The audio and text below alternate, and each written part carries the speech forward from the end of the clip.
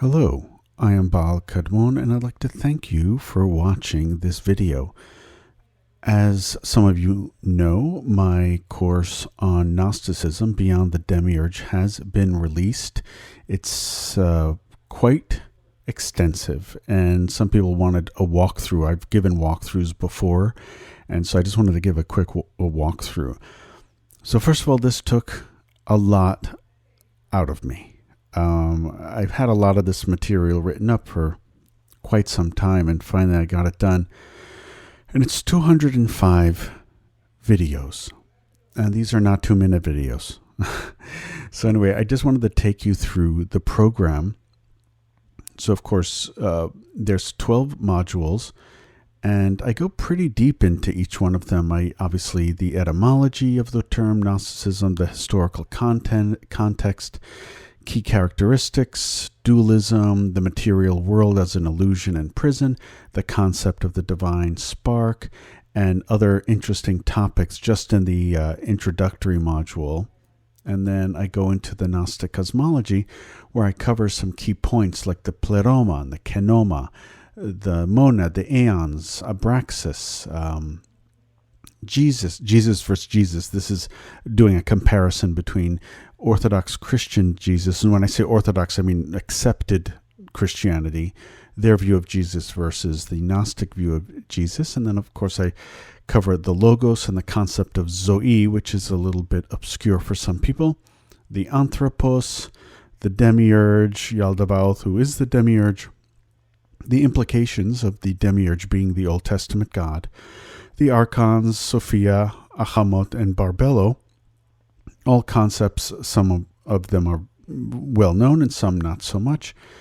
And then in the next module, I have possible historical connections. Like, these ideas didn't just pop out of nowhere, right? So I give some pre-Christian ideas, ancient mystery schools, Gnostic elements, potentially in the book of John, maybe not, and the same in the Paul's letters. And then some, I guess you could say, early predecessors of Gnostic ideas. So we have Simon Magus, successor to Simon Magus, that I mentioned in this video, an early teacher of an early Gnostic teacher from Antioch, a pioneer in Gnostic thought, and then I go into early Christian Gnosticism and medieval Renaissance Gnosticism. So as you can see, that's pretty intense there. And then I go into the major movements of Gnosticism, in which I cover Marcion, Marcionites, and some of the people are sort of proto-Gnostics. So some people think that Marcion isn't really a Gnostic, and maybe he isn't, but there's some ideas that are very Gnostic-like. So I cover Marcion, Valentinus, the Barbello Gnostics, the Sethian Gnostics, Manichaeism, which again is not Gnosticism proper, I guess you could say, and the Cathars too, but there are some elements there that I cover. Let's take a look at the next. And then we have the lesser known movements of Gnosticism, which I really enjoyed. So we have the Serpent Gnostics, the Cainites, which I find actually quite intriguing, the Carpocratians, the School of Justin, and just to be clear, this is not Justin Martyr. This is a different person. Some people confuse them. The Borborites, the Proto-Gnostics, and the Mandaeans, which actually still exist today.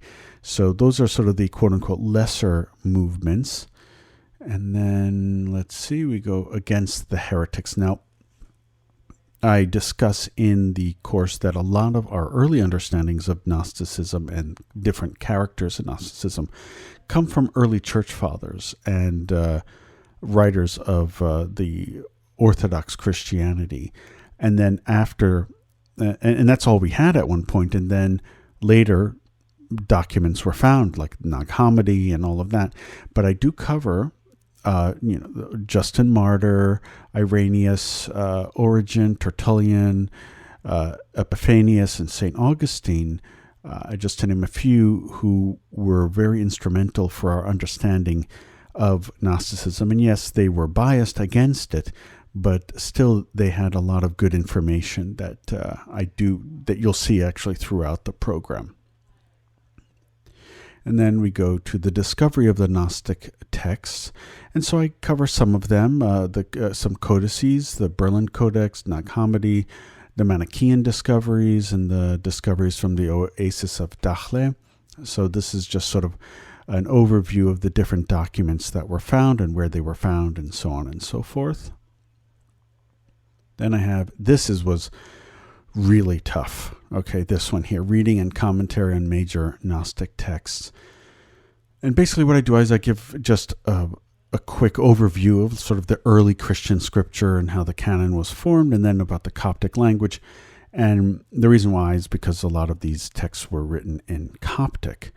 And then I do readings from Gospel of St. Thomas. Most of these are public domain, but some of them I actually rewrote myself. I just rewrote a lot of them, and whenever I use public domain, I do mention it. And then I give commentary. So I do Gospel of St. Thomas, the Secret Book of John, also known as the Apocryphon of John. Then I give commentary on that, on the origin of the world, and then commentary on that. And the hypostasis of the archons. I cover so many texts here. And then I go into the Gospel of Philip, which a lot of people discuss about because it mentions how Jesus kisses Mary Magdalene on the lips. And so I actually addressed that. Was Mary and Jesus a couple? And there's some interesting ideas here.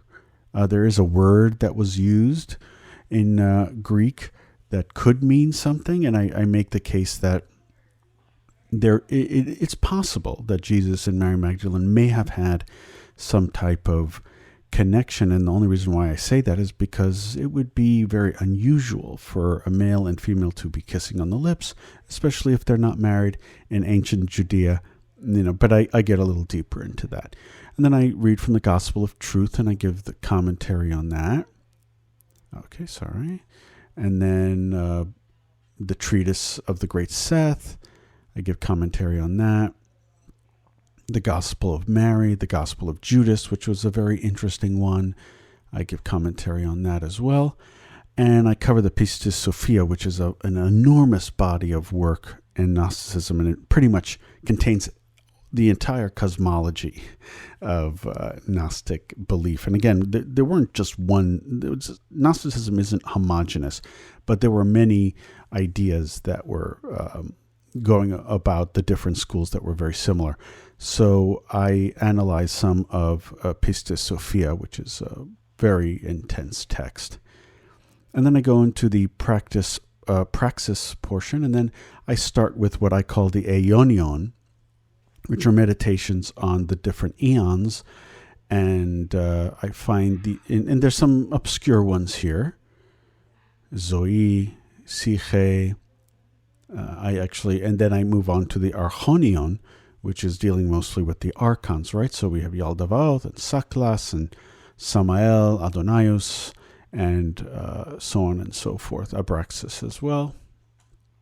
And this one, the advanced Archonion, is something else. I actually have a warning because what I show here could be very offensive for some people. Some people just may not be happy about what I have here. And it's basically the use of Jewish ritual garments, ritual paraphernalia to call upon the Demiurge, the Yaldabaoth. So it's a little bit intense. I will tell you, it's a little bit intense. I perform a few of these rituals, and then I provide just the prayers without the tefillin, and I explain what the tefillin is there. And then I recite 3 psalms, Psalms 23, 91, and 121 in English and in Hebrew, but I replace the name of God with the name of the Demiurge. Because if the Gnostics are correct and the Old Testament is written by, or rather inspired by the Demiurge, then it actually makes a lot of sense. And I guess it's just the special topics, and of course the conclusion. The special topics cover a few things. Samael as the Demiurge, and remember, Samael in the occult circles is a demon. He's essentially the pillar of the left-hand path, and the Gnostics believed that he was the Demiurge. So I go into that a little bit. Then I do a little comparison between Gnosticism and the movie The Matrix. There's some interesting correlations there. And then the PGM, right, the Greek magical papyri, and Gnosticism. And although they are coming from different places, they do share a lot of the names in their work. So I touch upon that a little bit. And then I talk about different stories in the Bible and reimagine them from a Gnostic perspective. Now, some of these may be true Gnostic ideas, like the serpent as hero. They did believe that the serpent was actually an agent of gnosis, an agent of good, whereas in the Orthodox Christianity and Judaism, clearly he was not. So, but then what I did is I took the stories and I sort of flipped them around a little bit and say, okay, well, if the Old Testament is inspired by the Demiurge, then all the villains and all the events that took place in the Old Testament would then need to be reimagined, essentially reversed. So I do a sort of a brief retelling of the Great Flood, Nimrod and the Tower of Babel, Sodom and Gomorrah reimagined, Esau the Gnostic, and you'll see why I say that. And I touch upon the Exodus and the worship of the golden calf. And of course, there's so many different stories, but I just wanted to at least cover the basis so you sort of get an idea of how maybe we can flip some of these stories if, in fact, the Old Testament is inspired by the Demiurge. So that's it. This is just the walkthrough. As you can see, it's very comprehensive, 205 videos, and like I said, some of these are most of them are not 2-minute videos. These are long. This is probably, I would say, in terms of hours, this is probably the longest course I've ever produced. So that's it. If you are interested in enrolling, you can go to www.occultcourses.com/Gnostic, and you can enroll there. Like I said, this was a labor of love. It took a lot out of me. You'll actually hear it in the conclusion. I'm spent. I was like, you know what? I am just tired. So that's it. I hope you enjoyed this walkthrough. I will speak to you soon. So mote it be.